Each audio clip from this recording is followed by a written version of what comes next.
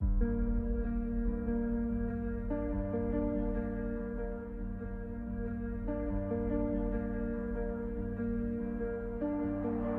global pandemic spread across the Earth early in the year, and we really weren't sure what it all meant. Some disregarded it as just another Asian flu. Others saw it as maybe a little bit more of a life-threatening virus, but certainly not a global pandemic. As March progressed, we suddenly realized this was not another flu. This was something of serious consequence. Infection was spreading faster. People were dying faster. There were no medications to inhibit the march of this virus. There was no vaccine to protect us. We didn't know what to do, so we reached up and shut off the control panels of our economy, and we stopped driving. We stopped flying, and we stopped going to work. We huddled in our homes and we worried, and the world slowed from 100 miles per second to a snail's pace. People by the millions stopped commuting to work because they were stuck. They couldn't. By the end of April, a few weeks into this, we saw a miracle. We saw that the air over Los Angeles was clear. As a matter of fact, in all the years that there's been monitoring of air quality and visibility in Los Angeles, in April it became the clearest in recorded history. China, one of the heaviest polluters on Earth, suddenly found the air was clear and the water was clear, and all of the industrialization, the impact of that was suddenly receding and dropping back. Now, all of that didn't last for long. We had maybe a 6 or 8 week window, and then we started to go back to work, and people wanted to reopen. As that has occurred, we're seeing the occlusion of visibility. We're seeing the sound rise at inordinate levels.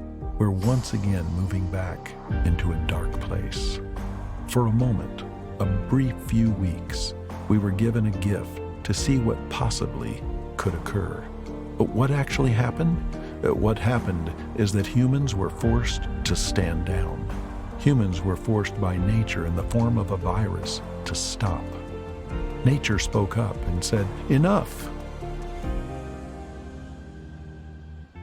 The ramifications of that, though they've been just devastating to the human population, and the hundreds of thousands of deaths and the trillions of dollars of economic loss, and the social upheaval that's occurred, and the confusion and fighting, while all that's happening with humans, the Earth has been celebrating. There's an unbreakable connection between all things. It's observable everywhere if one is watching, listening for it. When we wake up and understand this connectedness, it causes us to reorient. It reorients our posture. It reorients our thinking and our speaking and our behavior. It reorients our reality. We become something different than what we were before. The great gift is still speaking to us, saying it is possible. It is actually possible to change the world if humans will take a new role.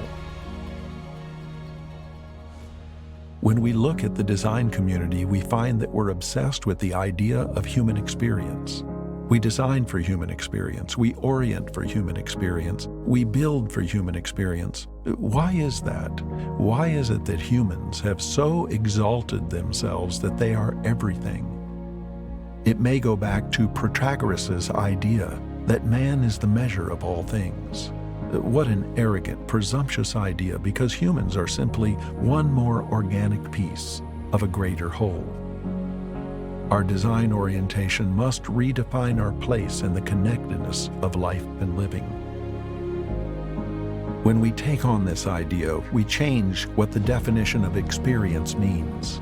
Not that everything serves us, but that we collaborate and cooperate with everything. Right now, our obsession is that everything is to our own end, but we've realized, after COVID-19, how fragile we are in such an equation. We must move from being the ones assaulting the earth to ones who come alongside and are a part of the earth.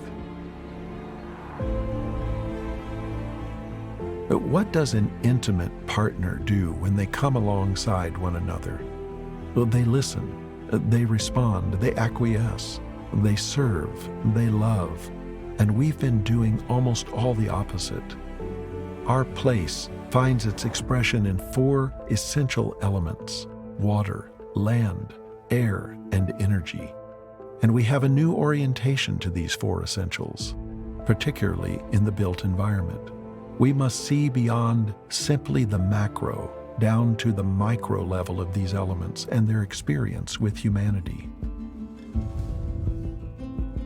All of this leads us eventually into a discussion of, so what? Our behavior in the context of globalization must change. Our incursions into nature, as if we owned it all and had unencumbered rights to it all, must stop. The science is mounting that we have crossed lines to our own demise. Without consideration or understanding, we have assaulted nature, and now nature is slapping us back. Previously encountered organisms, pathogens, and viruses have now entered our space simply because we entered their space, obtuse to their existence and power over us. Pandora's box has been cracked open, but it's not too late for us to close it. So what about the built environment industry? What is our call to action? It's all a matter of open-eyed decision-making, defined effort, and don't blink determination to make fundamental changes. Each firm must decide, each firm must define what it means to be environmentally responsible.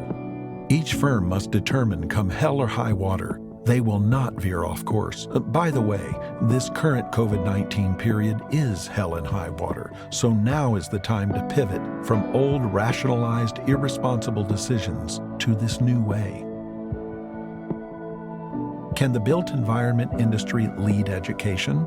Maybe we educate students of all ages about dwellings and energy consumption and landscape value. Maybe we teach about our stewardship, about our place in the earth. Maybe such education is required curriculum in all 12 years of elementary and secondary education. Maybe it becomes so much a part of our community DNA that it's an exception if people aren't doing it, as opposed to the way things are today. Maybe education goes on for life, and that we never stop honoring what is right and good and true about our relationship, our place in the earth.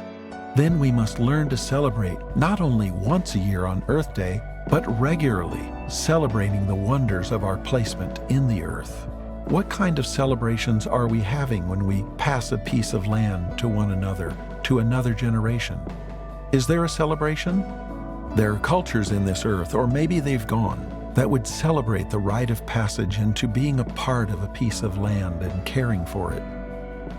That you were given this as a gift to take care of, not to abuse or to exploit. There's a wonderful new way open to us now. We see it. It's only a matter of deciding, acting, and doing it together. The choices before us are clear. Either stand for ethical action regarding environmental responsibility, or allow things to keep going as they have. Either define and articulate the firm and measurable actions your firm will take to reduce carbon, or pretend it doesn't matter. Either get behind the goals and standards most are adopting, or stand on the sidelines and do little or nothing. We are now on a knife's edge of decision-making. We are now at an either-or intersection. Join us in doing what is right and good and true. Thanks for being with us. This session of the Design Futures Council Leadership Summit on the Future of Environmental Responsibility is now adjourned. Until next time.